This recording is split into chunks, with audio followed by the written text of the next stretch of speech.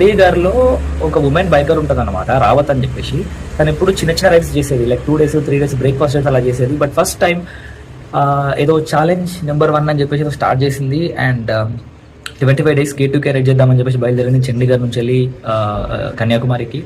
And 6-7 days ride బాగానే ఉంది. హైదరాబాద్కి వచ్చింది. హైదరాబాద్లో ట్యాంక్ బండే కానీ ఇవన్నీ తిరిగింది అనమాట. తిరిగి నెక్స్ట్ డే స్టార్ట్ అయింది జస్ట్ మహబూబ్ నగర్ దగ్గర, జడ్చల దగ్గర భూత్పూర్ అని ఒక ఏరియా వస్తుంది అనమాట. హైవేలో మనకు కనిపిస్తుంది అది. అండ్ అక్కడ యాక్సిడెంట్ అయ్యి చనిపోయింది అనమాట అమ్మాయి. సో ఇది జరిగి కూడా మనకి ఒక 5 days అలా అవుతుంది అంతే.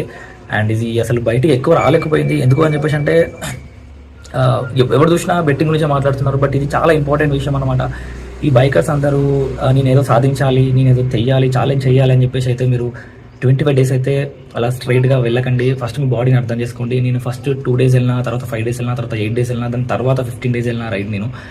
సో మీకు ఆర్ మీ బాడీకి అర్థం అవ్వాలి మీరు చేసే రైడ్. అలా సడన్గా ఒకటేసారి 15 days చేస్తా అని చెప్పేసి అంటే తీసుకోకండి. అండ్ ఆ అమ్మాయి ఎలా చనిపోయింది, సీసీ కెమెరా విజువల్స్ కూడా లేవన్నమాట. సో అమ్మాయికి నిద్ర వచ్చిందా, లేకపోతే లారీ కూడా తప్పు వచ్చిందా, ఈ అమ్మాయి తప్పు రైడ్ చేసినా తెలియదు. బట్ ఏదైనా సరే do not take risks please. ఇప్పుడు చాలామంది ఛాలెంజెస్కి వెళ్తున్నారు రైడ్లో, డే అంతా నైట్ అంతా 24 hours డ్రైవ్. అది కరెక్ట్ కాదు. మీ బాడీని అర్థం చేసుకోండి, రైడ్ని అర్థం చేసుకోండి, జాగ్రత్తగా వెళ్ళండి. Please ride safe.